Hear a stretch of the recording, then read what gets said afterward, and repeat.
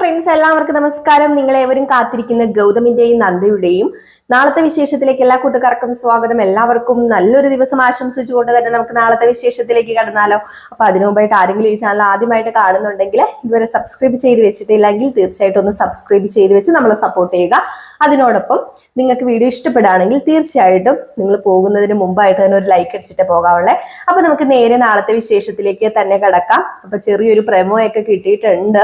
ഏതായാലും നമ്മുടെ നന്ദയും ഗൗതമും അകന്നൊക്കെയാണ് നിൽക്കുന്നത്. രണ്ടുപേരും രണ്ട് സൈഡിലാണെങ്കിൽ കൂടി ഒരിക്കലും ഒന്നിക്കാൻ പറ്റില്ലെന്നായിരിക്കും ഇനി അവരുടെ വിചാരമെങ്കിലും ഒന്ന് ഓർത്തു നോക്കണം. ഭാര്യയും ഭർത്താവുമാണ്, അവർക്കൊരു കുഞ്ഞുണ്ടായതാണ്.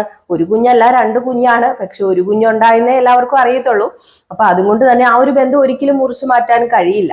അപ്പൊ അതാണ് സത്യം പറഞ്ഞു കഴിഞ്ഞിട്ടുണ്ട് നമ്മുടെ നന്ദയ്ക്കും നന്ദയും നാളെ മനസ്സിലാക്കാൻ പോകുന്നത്. അപ്പൊ നന്ദയ്ക്ക് ഒരു വിചാരമുണ്ട്, താനിനി ഗൗതമിനെ സ്നേഹിക്കില്ല, താനിനി ഗൗതമിനെ ഭർത്താവിന്റെ സ്ഥാനത്ത് കാണുന്നില്ല, പിന്നെ പിങ്കിയും ഗൗതമും ഒന്നിച്ചെന്നോർത്തോ ഒന്നും ഒരു കുഴപ്പവും ഇല്ല എന്നൊരു വിചാരം ഉണ്ടായിരുന്നു നമ്മുടെ നന്ദയ്ക്ക്. പക്ഷെ നമ്മുടെ നന്ദയുടെ വിചാരം നാളെ തെറ്റുകയാണ് കേട്ടോ. കാരണം നിങ്ങൾ ആ ഒരു സീൻ കണ്ടവര് കണ്ടു കാണും. നമ്മുടെ പിങ്കിയും ഗൗതമും ഒന്നിച്ചിരിക്കുന്നു.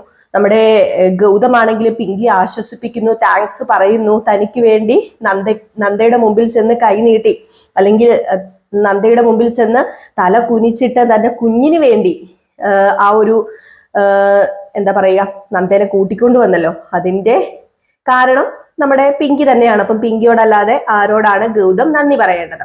അപ്പൊ അങ്ങനെ നന്ദി പറയുന്ന ഒരു സീനാണ്.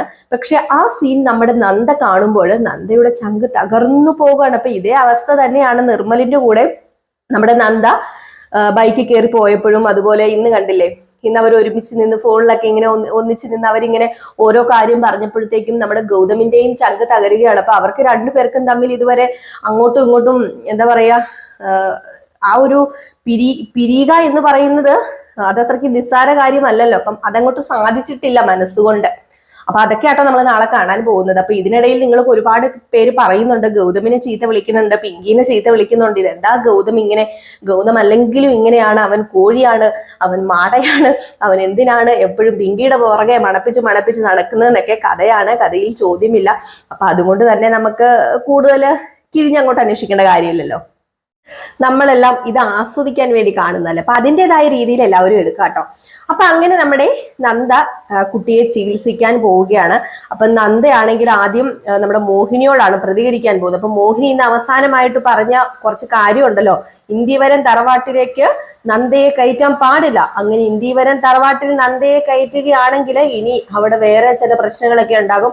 അതുകൊണ്ട് ഇവളെ അവിടെ അടുപ്പിക്കരുത്, ഇവള് മണത്ത് അങ്ങോട്ടേക്ക് കയറി വരാനാണ് ഇവളുടെ വിചാരമെങ്കിൽ അത് ഞാൻ നടത്തിക്കില്ല എന്നൊക്കെ പറഞ്ഞപ്പോഴത്തേക്കും നമ്മുടെ നന്ദ പറയാണ്, നിർത്ത്, ഇനി അതിനെക്കുറിച്ച് സംസാരിക്കരുത്. ഞാൻ നിങ്ങൾക്കൊരു ബഹുമാനം തന്നിട്ടുണ്ട്, ആ ബഹുമാനം എനിക്ക് ഇനി തരേണ്ട കാര്യമൊന്നുമില്ല. കാരണം ഞാനിപ്പോ ആ കുടുംബത്തിലെ ആരുമല്ല, ഞാനിപ്പം ആ കുടുംബത്തിലെ അംഗമായിട്ടൊന്നും അല്ല ഇങ്ങോട്ടേക്ക് വന്നിരിക്കുന്നത്. പഴയ ബന്ധം പുതുക്കി പുതിയ ബന്ധത്തിലേക്ക് ഏർപ്പെടാനും അല്ല ഞാൻ വന്നിരിക്കുന്നത്.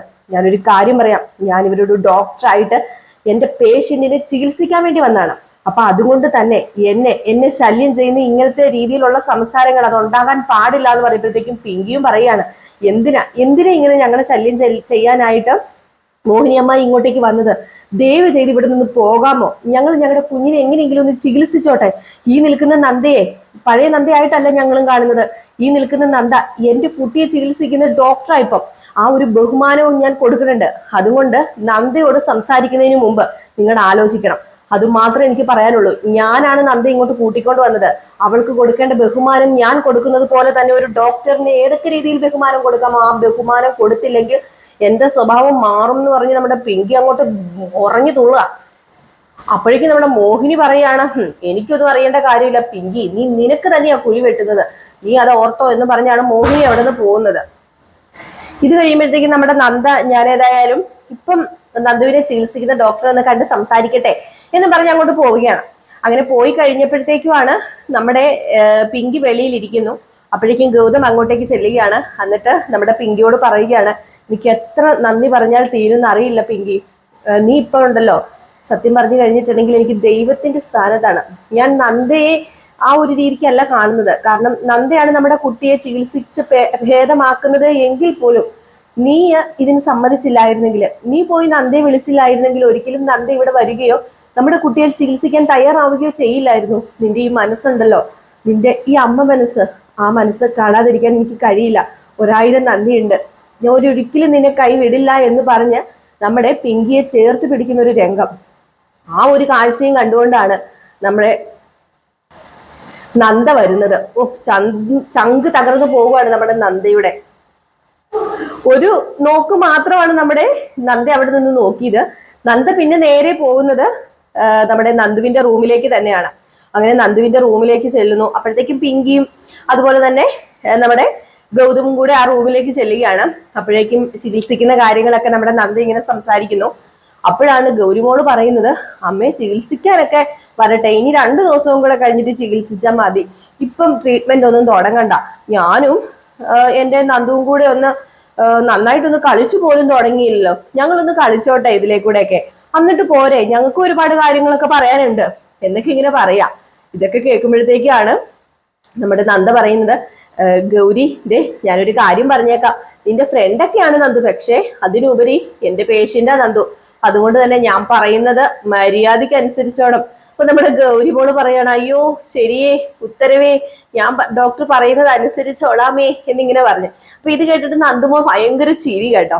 അപ്പൊ ഇതൊക്കെ നമ്മുടെ പിങ്കിക്കും അതുപോലെ തന്നെ ഗൗതമിനും കാണുമ്പോൾ വല്ലാത്തൊരു സന്തോഷം തോന്നുകയാണ്. കാരണം നമ്മുടെ നന്ദ അവിടെ വന്നു കഴിഞ്ഞപ്പോൾ നന്ദുമോനുണ്ടായ മാറ്റം വലിയ ആശ്ചര്യത്തോടു കൂടിയാണ് നമ്മുടെ ഗൗതം കാണുന്നത്. അങ്ങനെ ഗൗതമും നന്ദയുടെ മുന്നിൽ കൈകൂപ്പി പറയുകയാണ്, ഒരിക്കലും ഞാൻ മറക്കില്ല, കാരണം എനിക്കെല്ലാം എല്ലാം എല്ലാം എൻ്റെ മകനാണ്.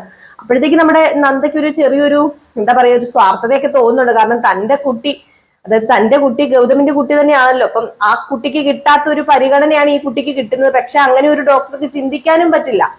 ചെറിയ രീതിയിൽ നമ്മുടെ ഗൗതമിനോട് ദേഷ്യം തോന്നുന്നുണ്ടെങ്കിലും ഒരിക്കലും നമ്മുടെ നന്ദുവിനോട് ദേഷ്യം തോന്നുന്നില്ല കേട്ടോ. അപ്പൊ ഇതിനിടയിൽ ഒരു പപ്പയുടെ സ്നേഹത്തിന് വേണ്ടി കൊതിച്ചിരുന്ന നമ്മുടെ ഗൗരിമോളാകട്ടെ, നമ്മുടെ ഗൗതമിന്റെ സ്നേഹം കിട്ടിയിട്ട് തനിക്ക് ഇതുപോലെ ഒരു പപ്പ ഉണ്ടായിരുന്നുവെങ്കിൽ തന്റെ സ്വപ്നത്തിലെ പപ്പ ഇങ്ങനെ തന്നെ ആയിരുന്നു എന്നൊക്കെ ആ കുട്ടിയോടല്ല ഗൗതമിനോട് പറയുന്നുണ്ട് കേട്ടോ. അപ്പം ഗൗതം അങ്ങനെ മനസ്സിലാക്കാണ്, അപ്പം തനിക്ക് പപ്പ ഇല്ലേ, അപ്പം അങ്ങനെയൊക്കെ കുട്ടിയോട് ചോദിക്കുന്നുണ്ട്. അപ്പൊ കുട്ടി പറയുന്നുണ്ട്, എനിക്ക് പപ്പയുണ്ട്, പക്ഷെ എന്റെ പപ്പാനെ ഇതുവരെ അമ്മ കാണിച്ചു തന്നിട്ടില്ലെന്ന്. അപ്പൊ അതൊക്കെ വല്ലാത്ത വീണ്ടും വീണ്ടും സംശയങ്ങളിലേക്ക് നമ്മുടെ ഗൗതമിനെ കൊണ്ട് എത്തിപ്പിക്കുകയാണ് കേട്ടോ. അപ്പൊ ഇതൊക്കെ ഉൾക്കൊള്ളിച്ചുകൊണ്ടാണ് നമ്മള് നാളത്തെ വിശേഷം വരാൻ പോകുന്നത് കേട്ടോ.